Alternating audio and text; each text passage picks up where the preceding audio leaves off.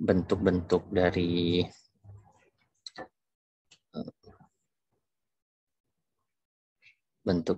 sengketa medik dan alternatif penyelesaiannya. Hari ini kita bicara tentang permasalahan ketimpangan para pihak ya dalam sengketa medik. Ini bisa jadi arah kajian ya kalau teman-teman belum punya judul tesis atau sudah semuanya semester 3 ya. Sudah ada yang ini seminar proposal mungkin? Mbak Jarmiati, Mbak Belum Medika, ada, Pak. Mbak Baru mengajukan judul, Pak. Baru mengajukan judul. Padahal ini ya, sudah boleh dari semester 2 kan ya? Iya, Pak. Benar ya? Oh, wah sayang sekali. Disegerakan aja. Disegerakan ya. Tadi kan kunci dalam segala hal kehidupan ini kan kalau mau menjadi terdepan mulai duluan kan. Benar ya? Jadi kalau mau selesai duluan ya mulai duluan ngerjain tesisnya. Saya seperti agak besar kepala kalau menceritakan bagaimana saya menyelesaikan S2, tapi mudah-mudahan jadi inspirasi sedikit ya, sedikit inspirasi. Saya 2009-2010 itu menyelesaikan S2 di UGM setahun 5 bulan. Setahun 5 bulan selesai. Kalau nggak Gunung Merapi meletus di 2010 itu mungkin bisa setahun 3 bulan. Karena ujian saya ditunda sebab kondisinya nggak memungkinkan ya. Kala itu cukup besar letusan Merapi sehingga Jogja itu putih dengan abu. Akhirnya semua jadwal ujian itu ditunda dan selesailah di setahun 5 bulan itu. Kuncinya ya segera kerjakan. Saya di semester 1 itu udah mengidentifikasi mau meneliti tentang apa, sudah mulai menghimpun data, sudah mulai nulis. Memang ada risiko nanti ditolak temanya. Cuma harus diantisipasi dengan memastikan apa yang kita tulis itu tidak ada yang benar-benar identik dengan tulisan yang sudah ada. Kalaupun ada yang sama, pastikan kalian bisa menjawab. Pastikan kita bisa menjawab pada aspek mana perbedaan penelitian dengan penelitian kita dengan penelitian yang sudah ada. Nah, kalau sudah bisa memastikan itu, running aja, jalan aja. Mulai digarap, mulai ditulis. Dengan kesibukan masing-masing sebagai nakes kan, pastinya. Oh ya, Mbak Medika tadi ini, dokter? Iya Pak, dokter Pak. Oh, berarti ini dokter semua ya, nakesnya ya? Ada yang perawat? Enggak. Yang 2 orang lagi? Mbak Nia. Mbak Nia itu ini apa sih ya, perawat kayaknya Kesehatan itu Pak. masyarakat. Kesehatan masyarakat ya Mbak ya. Oh gitu ya. Ya. Nah, jadi identifikasi judul itu bahkan untuk temu judul atau tema saja dengan aktivitas para ibu dokter ini saya yakin sudah menyita waktu ya. Makanya belum lagi mengumpulkan bahan. Jebakan mengumpulkan bahan itu satu obstacle tersendiri karena kita menganggap bahannya sudah banyak. Padahal terjebak dengan ngumpulin aja, belum membaca gitu ya. Kalaupun sudah membaca, terjebak dengan membaca saja, belum menulis. Jadi obstacle-nya masih banyak. Segera digarap ya. Saya kemarin ke Kota Agung juga temu 2 mahasiswa yang jadi hakim ya di PN Tanggamus, Pengadilan Negeri Tanggamus. Ya sama problemnya ya, aktivitas banyak, membuat putusan-putusan di pengadilan, akhirnya tesisnya nggak kegarap. Padahal panjangnya durasi di kampus kan beriringan dengan banyaknya rupiah yang harus dikeluarkan ya. Itu otomatis gitu. Jadi semakin lama selesai, semakin banyak rupiah yang harus dialokasikan. Mungkin kalau sudah sekelas spesialis seperti Dokter Aberta ini kecil lah ya UKT-nya ya segitu ya. Tapi yang sedang membangun karir, nah itu lumayan, itu kerasa itu setiap semesternya. Oke, kok kita ke situ jadi. Baik, kita masuk ke materi ya. Itu intermezzo saja, mudah-mudahan sedikit bisa menyemangati. Oke, permasalahan yang saya maksudkan terkait dengan ketimpangan itu ada dari contoh penelitian tesis ini. Ya. Ini saya ambilkan dari Universitas Atmajaya.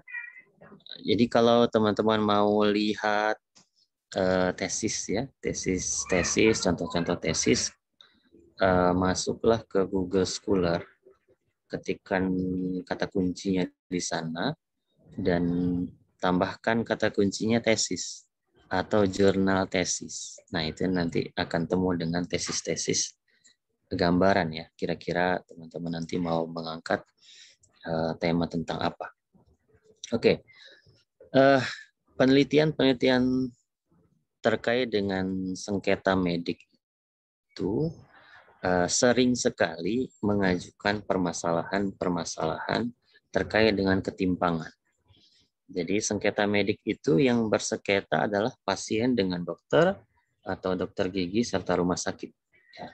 Entah ini ibu-ibu dokter yang ada di ruangan ini apakah sudah pernah semua bersengketa dengan pasiennya, atau pernah tahu ada temannya yang bersengketa dengan pasiennya, atau menjadi pengelola di rumah sakit sehingga ikut menyelesaikan sengketa dengan pasien. Pada intinya memang ada dua pihak itu yang bersengketa di dalam sengketa medik. Nah, dengan status pasien berhadapan dengan dokter atau dokter gigi dan rumah sakit itu atau klinik gitu ya, instansi kesehatan lainnya, ada ketimpangan. Biasanya kita temukan ketimpangan status pasien yang tidak cukup punya sumber daya untuk berhadapan dengan pihak yang ada di hadapan. Nah, siang ini kita coba melihat dari perspektif pasien ya, perspektif orang yang mengajukan sengketa lazimnya. Supaya dengan pengetahuan ini teman-teman yang bersengketa tahu juga ada permasalahan ketimpangan. Tema telaahnya biasanya terkait dengan pertanyaan mengapa pasien sering mengalami kekalahan dalam memperjuangkan haknya. Nah, kata kekalahan ini dalam tanda kutip diartikan pasien itu cenderung selalu mendapat kerugian secara fisik, waktu, biaya pada saat dia memperjuangkan haknya di hadapan instansi rumah sakit atau organisasi profesi nakes seperti dokter dan dokter gigi. Nah, ini temuan-temuan yang lazim ditemukan dalam penelitian-penelitian, termasuk dalam penelitian tesis bidang sengketa medik. Nah, apa yang penting untuk kita ketahui pada aspek ini, bahwa kita menemukan pertanyaan-pertanyaan penelitian yang ingin menggali faktor apa saja penyebab pasien itu mengalami kesulitan mewujudkan haknya dalam upaya penyelesaian sengketa medik. Nah, pertanyaan-pertanyaan sejenis ini bisa nanti teman-teman bangun juga dalam rangka untuk menyusun proposal tesis ya, kalau tertarik dengan bidang penelitian sengketa medik. Misalnya, kalau pertanyaannya tadi kenapa pasien cenderung kalah, atau bisa dibalik, kenapa dokter ini kan karena para dokter, kenapa dokter itu cenderung biasanya menang? Faktor-faktornya nanti bisa dibalik ya, kacamatanya yang digunakan bisa kacamata sebaliknya. Kalau terkait dengan pasien tadi, kenapa dia sulit menang? Biasanya ada faktor posisi pasien atau keluarga pasien yang mengetahui hukum atau tidak. Jadi kalau dia tahu tentang hukum, biasanya kemungkinan dia untuk bisa berhadapan-hadapan dengan pihak yang bersengketa bisa lebih seimbang. Sebaliknya, kalau dia tidak mengerti tentang hukum itu, kemungkinan dia ada dalam posisi yang lemah. Pertanyaan berikutnya terkait dengan upaya yang dilakukan oleh pasien itu, apakah pasien atau keluarga pasien, ini kalau pasiennya tidak bisa lagi ya mengajukan sengketa itu, tidak bisa lagi menuntut, apakah dia berasal dari kalangan bawah, menengah, atau atas? Nah, ini faktor juga yang menentukan. Kalau dari kalangan bawah, biasanya dia tidak punya kemampuan untuk meng-hire advokat, gitu ya, penasihat hukum yang memang mumpuni, yang punya kapasitas, sehingga dia bertarung, dalam tanda kutip, bertarung sendiri berhadapan dengan instansi yang lebih kuat. Ya. Kalau dia di kalangan atas, ya dia punya kemampuan keuangan untuk membackup itu, sehingga dia hire advokat, penasihat hukum, atau sekedar pendamping gitu, untuk memastikan langkah-langkah yang dilakukan oleh pasien ini tepat secara hukum. Ya, prosedurnya tidak ada yang dilanggar. Kemudian yang biasanya juga diteliti terkait dengan bidang sengketa medik, terutama dari sudut pandang pasien, adalah apakah latar belakang pendidikan pasien itu mumpuni atau keluarga pasien. Nah, biasanya kalau ada keluarga pasien yang dari kalangan hukum, pernah mengenyam pendidikan di bidang hukum, itu akan mempengaruhi bagaimana sengketa medik itu pada akhirnya diselesaikan. Termasuk yang terakhir ini, apakah ada faktor lain, misalnya netral atau tidaknya dokter yang memberikan keterangan ahli. Ini nanti kita akan lihat ketimpangan. Jadi dalam sengketa medik itu, kalau dia litigasi, perbedaannya sudah tahu ya, litigasi dengan non-litigasi. Litigasi dia di persidangan dengan hadir dalam pengadilan, proses-proses yang formal di pengadilan, sementara non-litigasi yang di luar itu, yang terkait dengan alternatif dispute resolution atau ya alternatif penyelesaian sengketa. Ini kalau dia di pengadilan akan sangat mempengaruhi jika saksi ahlinya atau saksi yang dihadirkan di pengadilan itu bersikap netral atau tidak. Jadi kalau dia netral, tidak mendorong diri untuk berpihak kepada rekan seprofesinya, misalnya sesama, misalnya ya, ini kita tidak mendoakan misalnya Mbak Jarmiati yang sedang bersengketa dengan pasien gitu. Terus meminta Mbak Aberta gitu, Dokter Aberta untuk menjadi saksi ahlinya. Nah tentu kan karena satu profesi adalah rasa wah ini harus saya bela, apalagi sekelas gitu ya, sedang sama-sama ngambil di magister hukum begitu. Ini sangat patut untuk diperjuangkan, untuk dibela. Nah netralitas itu sangat mempengaruhi sejauh mana faktor itu mempengaruhi ya kemenangan ya atau kekalahan. Ya, tadi semuanya dalam tanda kutip ya, karena tidak ada yang benar-benar menang, tidak ada yang benar-benar kalah dalam persidangan itu, karena kadarnya tergantung dari bentuk putusan. Nah, manakala saksi itu, keterangan ahli yang diberikan itu timpang, tidak netral, maka dia sangat akan mempengaruhi. Nanti kita coba bahas kasus-kasus ya. Teman-teman nanti akan melihat bagaimana putusan-putusan di MA misalnya, di pengadilan itu sangat terpengaruh oleh pendapat dari para ahli yang dihadirkan.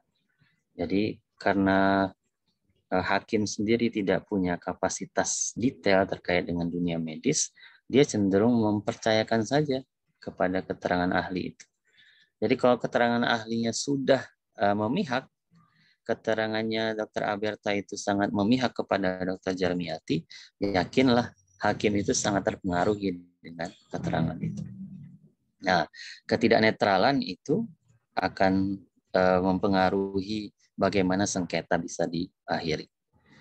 Nah, termasuk faktor lainnya dalam hal ini adalah seberapa jauh transparansi rumah sakit atau instansi penyedia layanan kesehatan itu memberikan pelayanan kesehatan, termasuk memberikan data-data, dan sejauh mana para penegak hukum yang ada dalam proses penyelesaian itu, semisal polisi, jaksa, advokat, ya, lawyer, dan hakim memahami dunia medis. Nah, hal-hal ini termasuk yang sangat berpengaruh ya terhadap bagaimana penyelesaian sengketa medik itu bisa dilakukan atau akhirnya itu bagaimana, tergantung dari banyak faktor, di antaranya yang signifikan adalah faktor-faktor yang disebutkan di sini. Oke, nah temuannya ini yang seringkali ditemukan dalam penelitian-penelitian sengketa medik ya. Temuannya bahwa jika pasien mengalami sengketa medik dengan dokter gigi atau rumah sakit, sedangkan dia tidak memiliki latar belakang pengetahuan hukum, biasanya dia menyerahkan semua hal terkait dengan penyelesaian sengketa itu kepada pihak ketiga, nasihat hukum, advokat, lawyer.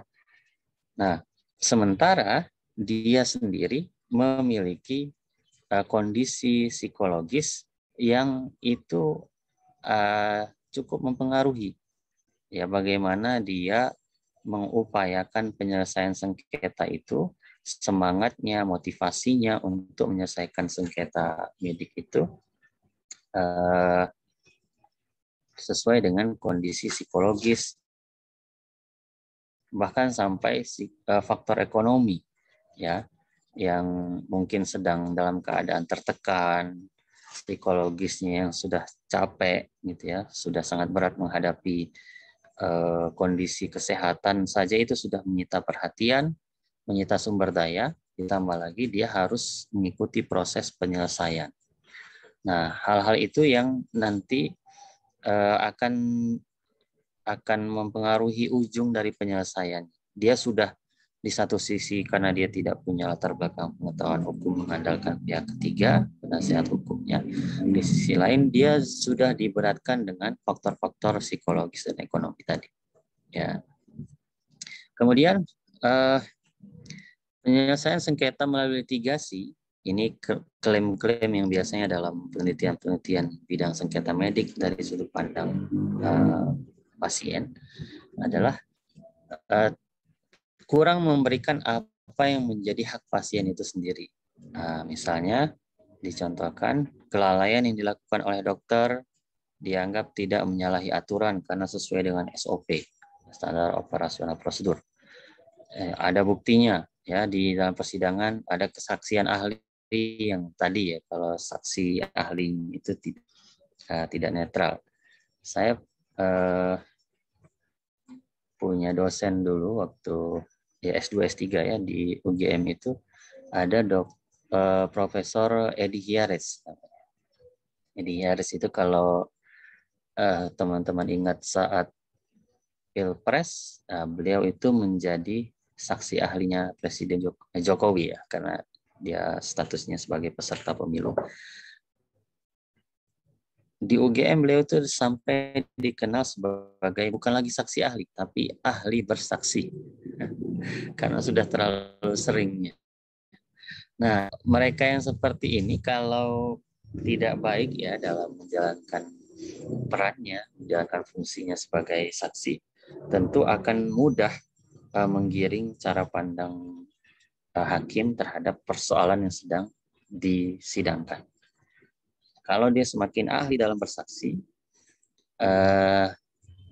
hakim itu akan mudah untuk dipengaruhi. Apalagi kalau hakimnya juga nggak ngerti dengan dunia medis.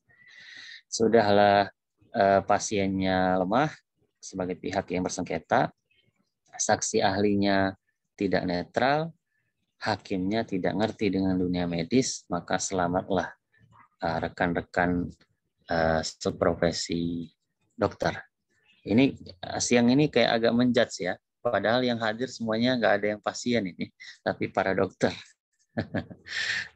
Tapi ini kita penting untuk diketahui ya, supaya cara pandang teman-teman terhadap sengketa medik yang ada di sekitar kita itu lebih komprehensif. Ya. Jadi sisi keberpihakan atau ketidakberpihakan dokter, rumah sakit, saksi ahli itu sangat mempengaruhi bagaimana jalannya proses litigasi di pengadilan. Jadi yang tidak ngerti dengan dunia hukum, tidak ngerti dengan dunia medis, ya otomatis sulit bagi dia untuk memperjuangkan hak-haknya. Ya. Jangankan untuk menuntut lebih, mempertahankan apa yang sedang dia punya saja, hak-hak yang semestinya diberikan kepadanya saja, kadang-kadang akan kesulitan karena ketidaktahuan tadi. Ya. Oke. Nah, untuk itu rekomendasi biasanya yang diberikan di dalam penelitian-penelitian sengketa medik dengan kacamata pasien ini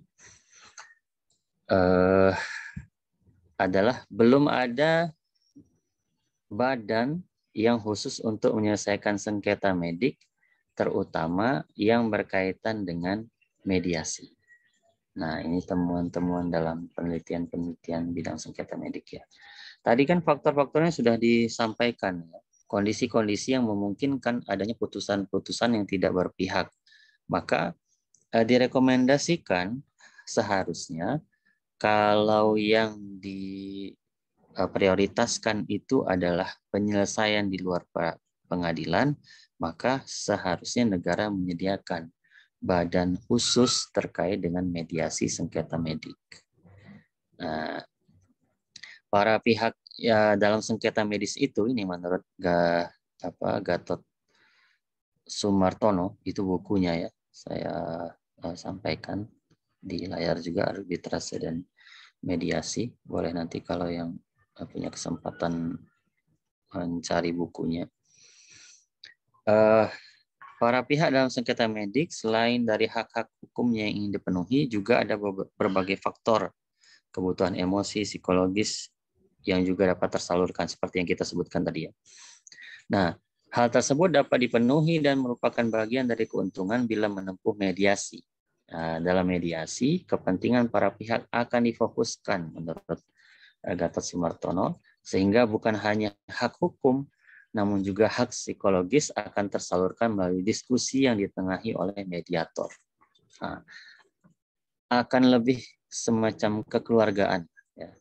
Ada kekeluargaannya dibandingkan dengan seorang yang bersengketa itu berhadapan dengan instansi seperti pengadilan. Ya, teman-teman tentu harus berada di posisi pasien ya, misalnya sedang bersengketa dengan dokter, dengan sakit, dengan klinik dan sebagainya. Kalau dia itu berhadapan ada di tengah-tengah persidangan, berhadapan dengan hakim, melihat toganya saja misalnya, toga hakim itu saja sudah sesuatu yang tidak mengenakan, sudah intimidatif ya sifatnya ya, dengan toga hitamnya itu. Akan beda ceritanya kalau ditengahi oleh seorang mediator. Makanya rekomendasi penelitian bidang sengketa medik itu biasanya mendorong untuk diadakannya lembaga khusus terkait dengan mediasi penyelesaian sengketa medik. Oke. Apa yang kemudian kita bisa ketahui dari penyelesaian sengketa medik terkait dengan metode mediasi ini, bahwa dianggap mediasi itu lebih cocok digunakan menyelesaikan sengketa medik. Ya, selain pasien sebagai pihak yang tidak memiliki power, tadi dia tidak punya kuasa, tidak punya tenaga, sumber daya yang sudah habis, mikirin biaya rumah sakit, keluarganya yang sudah terlibat dengan hukum, capek gitu ya, dari segi materinya kurang, dari segi pendidikannya kurang, maka untuk dia bisa menyampaikan secara lebih lengkap apa yang diinginkan terkait dengan penyelesaian sengketa-sengketa yang terjadi, itu biasanya akan lebih terbuka kalau dilakukan dengan upaya-upaya mediasi dibandingkan tadi ya dia berhadapan dengan pengadilan.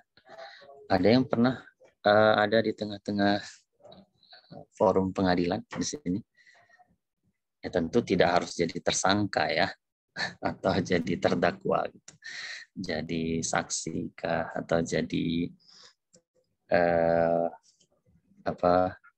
ya ahli ya yang dimintakan keterangan saksi ahli. Ada? Pak Jarmiati, Pak Berta, Belum pernah, Pak. Belum pernah, berarti mau ya? Tapi jangan jadi yang bermasalah, Pak.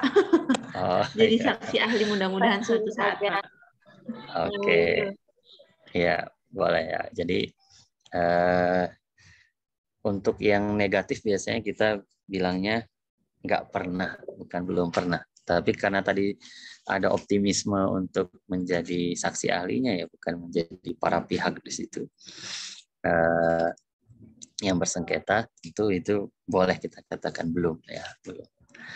Oke, jadi karena tadi ya sudut pandangnya yang ingin dilakukan dari mediasi itu tidak sebagaimana yang dilakukan di pengadilan. Ada suasana-suasana intimidatif ya di pengadilan. Dirancang atau tidak dirancang, suasana itu memang terbentuk manakala kita ada di tengah-tengah pengadilan. Saya sendiri pernah diadili karena dulu waktu di awal-awal S1 ya, seingat saya pernah membawa kursi plastik, kursi plastik diikat di motor, diikat di motor, di stop polisi, tilang. Tilangnya saya nggak mau bayar di tempat karena kan tahu ya kalau sudut pandang agama itu berarti suap begitu.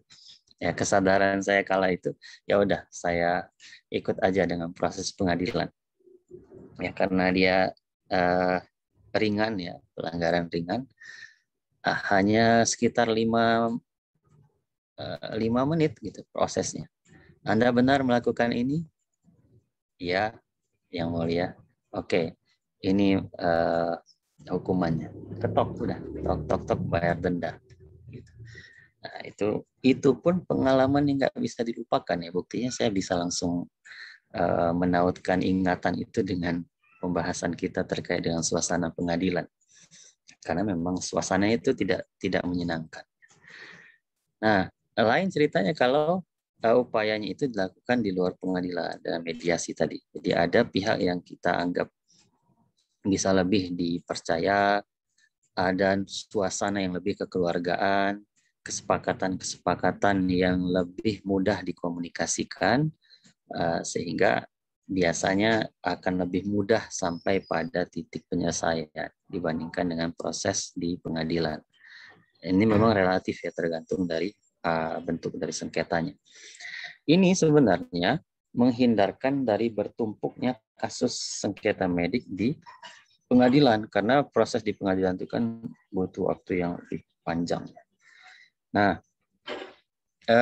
di sisi lain, penyelesaian sengketa medik yang dilakukan dengan jalur non-litigasi itu memberikan ruang bagi pasien biasanya mengutarakan keinginan-keinginan, dia lebih mudah untuk menyerap masukan-masukan, dia lebih terbuka mengutarakan keluhan, gitu ya.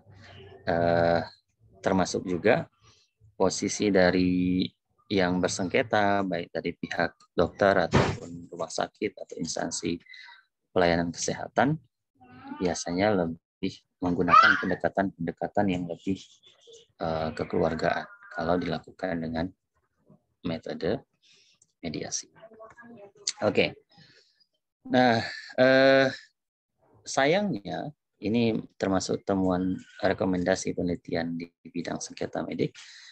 Mediasi yang ada selama ini masih berbentuk klasik Ya, klasik itu maksudnya metode-metode lama. Masih sering ditemukan mediatornya itu bahkan tidak punya kapasitas di bidang hukum atau kesehatan, sehingga ya tidak bisa menengahi dengan lebih proporsional, dengan lebih profesional dan proporsional sesuai dengan sengketa yang sedang terjadi. Seharusnya untuk itu para pihak dalam sengketa medik semestinya memiliki wadah khusus untuk menangani masalah medik ini, ditangani oleh orang-orang yang memang kompeten di bidang hukum dan kesehatan. Ini seharusnya kalau ide dari penelitian ini bisa disediakan, bisa diakomodasi, ya, difasilitasi oleh negara, ya teman-teman dokter yang ngambil magister hukum seperti 3 orang ini yang hadir siang ini sangat relevan untuk menjadi mediator di situ, gitu ya.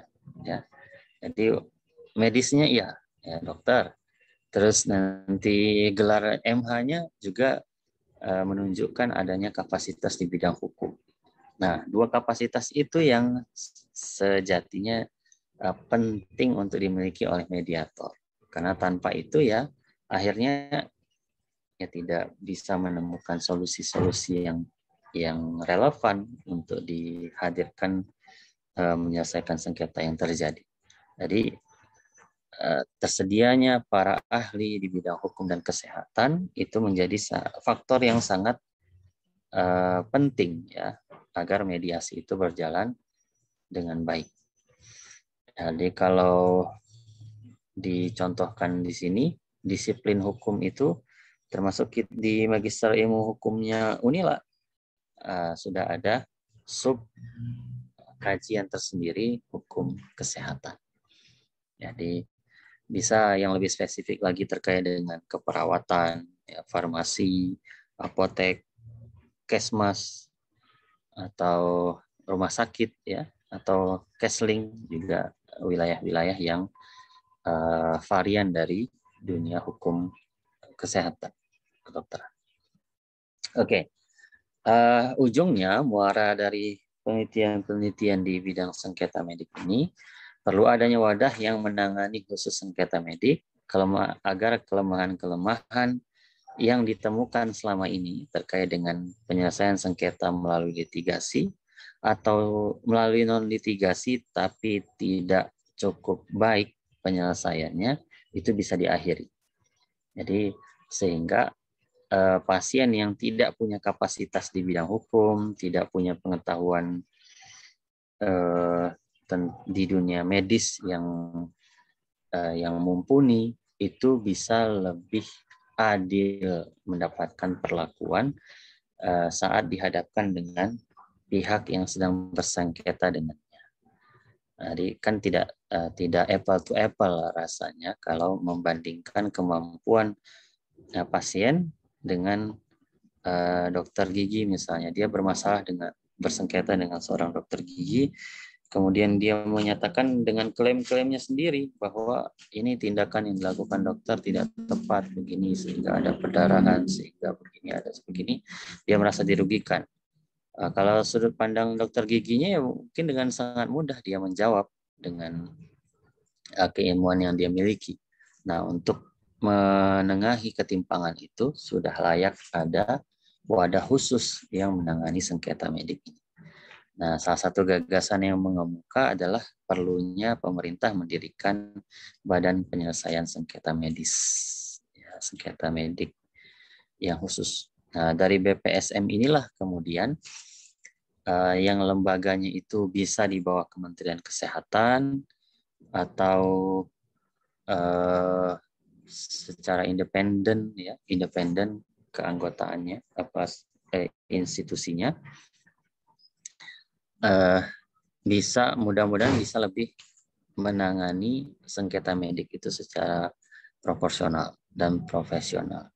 Kenapa penting untuk ada independensi? Kenapa independensi ini menjadi penting? Kenapa kira-kira, Mbak Medika? Ini kan ide dari penelitian-penelitian di bidang sengketa medik ini kan mendorong, misalnya ini salah satu gagasannya mendirikan Badan Penyelesaian Sengketa Medis. Nah, didorong juga bahwa sifat dari lembaganya harus independen dalam menyelesaikan sengketa medik. Apa esensinya? Ya balik lagi ya, seperti yang kita diskusikan dari awal tadi, keberpihakan, mengatasi ketimpangan. Jadi kalau sama-sama saja lembaganya sudah ditunjuk khusus, tapi dia masih gampang tergoda dengan apa istilahnya itu, loyalitas korps ya, korpsnya sesama ID misalnya, dia di situ yang bersengketa adalah dokter misalnya, dia bagian dari ID, kemudian dia tidak bersifat independen, mudah untuk tergoda memenangkan atau lebih berpihak kepada dokter yang bersengketa. Ya sama-sama saja gitu ya, dengan situasi yang tidak ideal sebagaimana belum adanya lembaga ini. Nah, lembaga ini sampai hari ini belum terrealisasikan ya, bentuknya secara formal oleh negara yang bisa diharapkan gitu ya, independensinya menangani sengketa-sengketa medik yang mengisi kekurangan-kekurangan dari bentuk-bentuk penyelesaian secara litigasi dan non-litigasi lainnya. Ya. Seharusnya kalau ada lembaga ini, ya diharapkan melalui penelitian ini dikatakan mengurangi sengketa medik yang menguras waktu, tenaga, dan biaya. Ya, ini bukan hanya dari pasiennya kan, bukan hanya yang merasa haknya terlanggar dari para pasien, tapi juga dari tenaga medisnya kan, tenaga kesehatannya juga harus dikuras waktunya. Misalnya semestinya hari itu ada 3 jadwal praktek ya, Dokter Aberta, benar ya, maksimal 3 tempat praktek saja kan ya? Iya Pak, 3 tempat. Tapi kemarin terakhir yang ada berita terbaru kalau untuk ASN itu hanya boleh 1 tempat, tapi itu kan masih belum tahu sih Pak nanti ke depannya gimana. Kalau untuk saat ini emang 3 tempat untuk dokter. Oke. Nah, misalnya 3 tempat itu semestinya ya di hari itu dia bisa praktik. Ada lebih banyak pasien yang bisa dia berikan tindakan. Ya ada konsekuensinya juga kan, ya nggak bisa tidak bisa ditutup mata ya, tentu dari setiap tindakan itu kan ada rupiahnya juga yang mengiringi kan ya, gitu ya. Ya kalau dia bukan bulanan tentu ada jam praktik gitu ya, hitungan per jam kah, per 2 jam kah gitu. Nah itu akan hilang kesempatannya mendapatkan capaian-capaian achievement yang lebih karena harus hadir di persidangan, terkuras waktunya, tenaganya. Ya betul, mungkin kedudukan dokter, kedudukan nakes, kedudukan rumah sakit di dalam proses dalam sengketa itu terlihat lebih kuat. Tapi apakah dengan begitu tidak tergerus juga tenaganya, pikirannya? Pasti. Ya, pasti juga terbagi. Tenaganya, pikirannya, termasuk biayanya. Jadi bukan hanya mengena pada pasiennya sebagai yang mengajukan gugatan, tetapi juga mengena kepada dokternya, kepada instansi pelayanan kesehatan. Jadi itu energi yang harus dikeluarkan sehingga semestinya bisa dipikirkan pelembagaan badan sejenis ini, badan penyelesaian sengketa medis ini dengan cara-cara non litigasi. Nah, terakhir apa yang semestinya dijalankan oleh BPSM ini, badan penyelesaian sengketa medik ini, karena dia dimaksudkan untuk mengurangi beban para pihak, seharusnya lembaga ini Oh, ada backsound.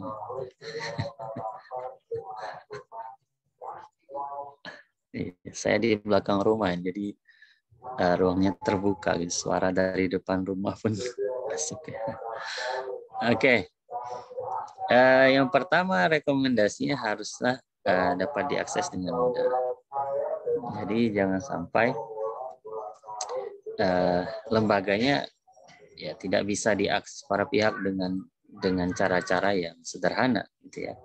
Yang kedua, karena dia ingin mengurangi beban para pihak, ya, bukan hanya pasien, tapi juga dokter atau rumah sakit, hendaknya dia terjangkau. Jadi, kalaupun ada biaya-biaya yang harus dikeluarkan oleh para pihak, nah, semestinya bisa lebih disederhanakan dari segi jumlahnya, kuantitasnya. Kemudian yang ketiga, tidak memakan waktu lama hendaknya. Jadi proses itu kalau yang lama, sama aja gitu ya. Proses penyelesaian sengketa di pengadilan itu bisa berlarut-larut sampai ke Mahkamah Agung kalau ada banding, ada kasasi dan seterusnya sampai ke PK. Nah, itu memakan waktu yang lama. Jadi kalau lembaga penyelesai sengketa mediknya ini juga memakan waktu yang lama, ya seperti tidak ada bedanya. Kemudian bersifat konfidensial, terkait dengan kerahasiaan tetap harus terpelihara karena rekam-rekam medis itu kan juga tidak boleh diumbar ya. Ada ketentuannya tersendiri. Itu hal-hal yang dikecualikan dalam hak atas informasi karena memang berkaitan dengan data yang spesifik. Kemudian yang juga tidak kalah pentingnya harus diupayakan oleh lembaga semacam ini adalah harus bisa menemukan win-win solution. Ya.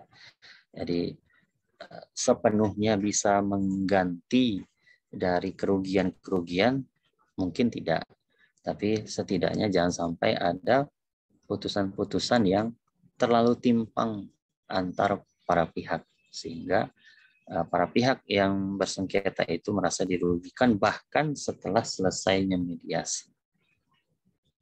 Ya, bagian juga yang terakhir direkomendasikan dari penelitian bidang sengketa medik dari sudut pandang menghadirkan lembaga mediator adalah hendaknya para mediator itu adalah orang-orang yang ahli di bidang hukum dan kesehatan tentunya ya. Jadi pada akhirnya dia menjadi lembaga yang solutif, ya, menghadirkan solusi atas sengketa yang sedang terjadi, sehingga dia menjadi adil bukan hanya bagi pasien, bukan hanya bagi dokter, atau bukan hanya bagi rumah sakit, tapi bagi semuanya. Itu idealnya seperti itu. Oke. Poin-poin itu yang ingin saya share pada kesempatan pertemuan ke-11 ini ya. Ke-11 ini dasar-dasarnya teman-teman sudah dapatkan dari materi-materi yang disampaikan oleh Bu Rohaini. Nah, pada kesempatan siang hari ini kita melihat satu sisi tersendiri yang cukup jarang untuk diangkat karena sudut pandangnya itu adalah dari sudut pandang pasien.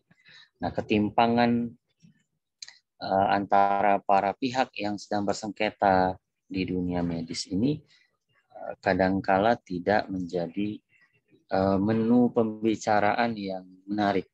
Padahal kalau kita mau secara lebih komprehensif melihat dari sudut pandang yang adil, ya, permasalahan ketimpangan para pihak ini semestinya sudah menjadi concern kita bersama. Ya, walaupun ini pesertanya adalah para nakes, ya tidak serta-merta yang ideal-ideal saja disampaikan di kelas, ya, supaya teman-teman juga punya sudut pandang yang lebih lengkap melihat manakala ada sengketa yang terjadi. Jadi kira-kira dari sudut pandang pasiennya itu gimana sih? Mereka itu merasakan intimidasi yang lebih besar dibandingkan dengan apa yang dihadapi oleh para nakes, apa yang dihadapi oleh rumah sakit, instansi-instansi penyedia layanan kesehatan. Saya kira itu yang bisa disampaikan untuk kesempatan hari ini? Ada yang menarik untuk kita diskusikan? Silakan.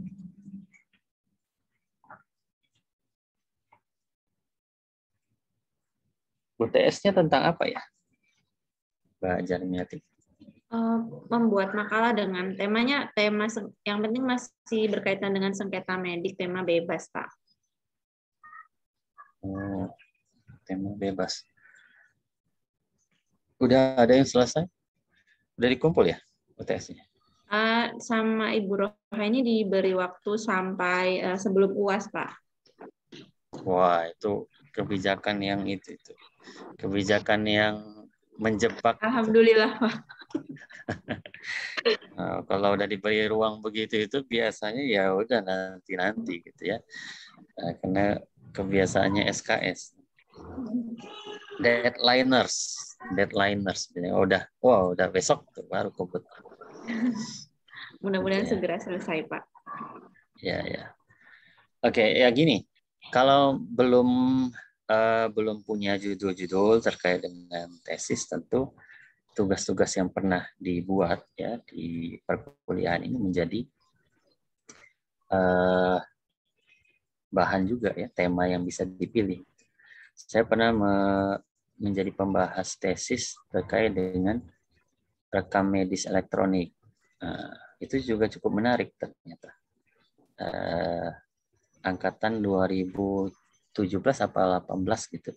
18 ya, saya angkatan 18. Beliau itu kepala perawat atau bagian data gitu, administrasi.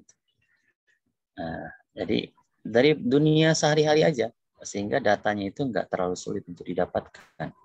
Jadi kira-kira ada kasus-kasus apa yang para ibu dokter ini temui di lapangan yang berkaitan dengan dunia hukum.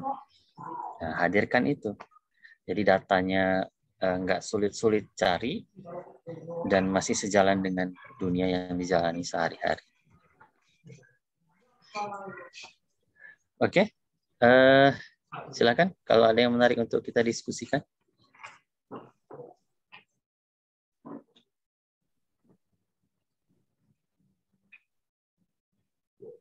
Sebenarnya menarik sih Pak, pembahasan hari ini membahas dari sudut pandang pasien ya Pak ya. Sebenarnya menarik juga kalau misalnya kita bahas dari sudut pandang dokter atau tenaga kesehatannya, karena yang kita pandang selama ini kan sebagai tenaga kesehatan ya memang posisinya kita sebagai nakesnya gitu ya Pak ya, kadang kurang memahami posisi pasien juga, tapi mungkin dari segi tenaga kesehatannya juga patut untuk dipahami bahwa kadang memang beberapa kasus bisa terjadi tuntutan medis itu sebenarnya yang dituntut oleh pasien itu sudah tercantum dalam resiko. Jadi biasanya sengketa medis itu terjadi karena pasien tidak bisa membedakan resiko, komplikasi, dan malpraktek. Kan yang biasanya yang disengketakan itu malpraktek ya Pak ya. Nah di situ kan yang muncul kerugian ke misalnya dokternya gitu. Jadinya karena gugatan dari pasien yang memang sebenarnya itu adalah komplikasi atau resiko, jadi yang menerima kerugian dalam jangka waktu yang panjang itu biasanya nama baik dokter, nama baik rumah sakit, seperti itu Pak. Mungkin salah satu dari sudut pandang dari tenaga kesehatan atau rumah sakitnya Pak, itu mungkin cukup menarik. Bagaimana menurut Bapak Pak? Ya, kalau itu udah selesai kayaknya, semuanya udah punya sudut pandang gitu ya terkait dengan itu. Makanya justru karena ini nakes semua, saya hadirkan sudut pandang pasiennya. Tapi boleh nanti kita, saya kira itu sudah secara otomatis ya disampaikan di awal-awal ya terkait dengan perbedaan antara malpraktik dengan resiko medik. Resiko medis itu kan ya sudah jelas ya, ada kriteria-kriterianya. Ada satu skema yang dengan mudah kita bisa mengidentifikasi mana yang bisa digolongkan sebagai sengketa medik, sebagai resiko medis dengan malpraktik. Kalau itu belum disampaikan oleh Bu Rohaini, ya mudah-mudahan pertemuan-pertemuan yang akan datang kita bahas ulang ya. Kita dalami terkait dengan hal itu. Oke, makasih Dr. Jarmiati. Iya Pak. Oh, Jadi iya. dengan sudut pandang tadi itu, jadi tadi yang Bapak bahas banyak kekalahan gitu ya Pak ya dari pasien gitu, dianggap itu suatu kekalahan gitu loh Pak. Jadi ya karena kami dari sudut pandang nakes mungkin ya Pak ya. Jadi agak gimana gitu Pak, kalau jadi dianggap suatu kekalahan gitu mungkin agak gimana berarti, gitu Pak rasanya. Berarti nakesnya selalu menang begitu ya? Bukan seperti itu Pak. Jadi kadang iya, juga seolah-olah. kan seolah-olah gitu Pak. Jadi sudut banyak sudut pandang dari masyarakat yang kalau misalnya disengketakan nanti pasti kalah kita gitu. Banyak sudut pandang yang seperti itu jadinya ya Pak ya. Iya, betul. Makanya nanti kita mungkin akan lebih menarik kalau kita angkat kasus-kasus ya. Jadi yang sudah ada putusannya, kemudian kita lihat secara lengkap keterangan-keterangan ahli dari situ. Ya, apakah tentu walaupun dia sudah inkrah, putusan hakimnya sudah ada, tapi kalau kita punya pandangan yang berbeda sebagai alternatif dari putusan itu, ya boleh-boleh saja kita mengomentari putusan-putusan nanti. Yang mudah-mudahan nanti kesempatan yang akan datang kita angkat kasus per kasus ya, berangkat dari putusan-putusan tertentu, kita coba bedah apakah ini benar secara, ya tentu tadi ya posisinya harus netral dulu, ini sebagai pembelajar ya. Ini ibu-ibu dokter ini sedang sebagai mahasiswi Fakultas Hukum gitu. Jadi melihatnya secara netral juga. Jangan nanti kita udah bedah putusan terus, oh ya udah benar nih saksi ahli, nggak salah lagi. Padahal yang namanya pembelajar itu ya harus netral, netralitas pembelajar. Oke, nanti mudah-mudahan lebih menarik saat kita membahas kasus-kasus ya. Materi ini nanti saya share juga di Fiklas ya. Fiklasnya jalan kan ya? Jalan Pak. Jalan Pak. Oke. Baik. Oke, ada lagi yang menarik untuk kita diskusikan siang hari ini? Silakan.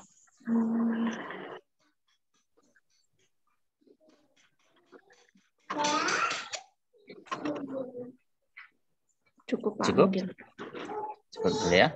Baik. Terima kasih atas kehadirannya. Terima kasih atas sapaan awal yang cukup interaktif ya. Ya sepatutnya kelas-kelas S2 itu interaktif, jadi dialogis.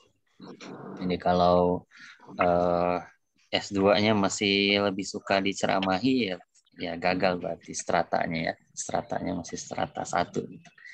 Ya harusnya lebih banyak kita berinteraksi dalam diskusi dan nggak hanya satu arah gitu. Yang menjawab itu boleh dari teman-teman yang lain ya. Baik, itu yang bisa kita diskusikan siang hari ini.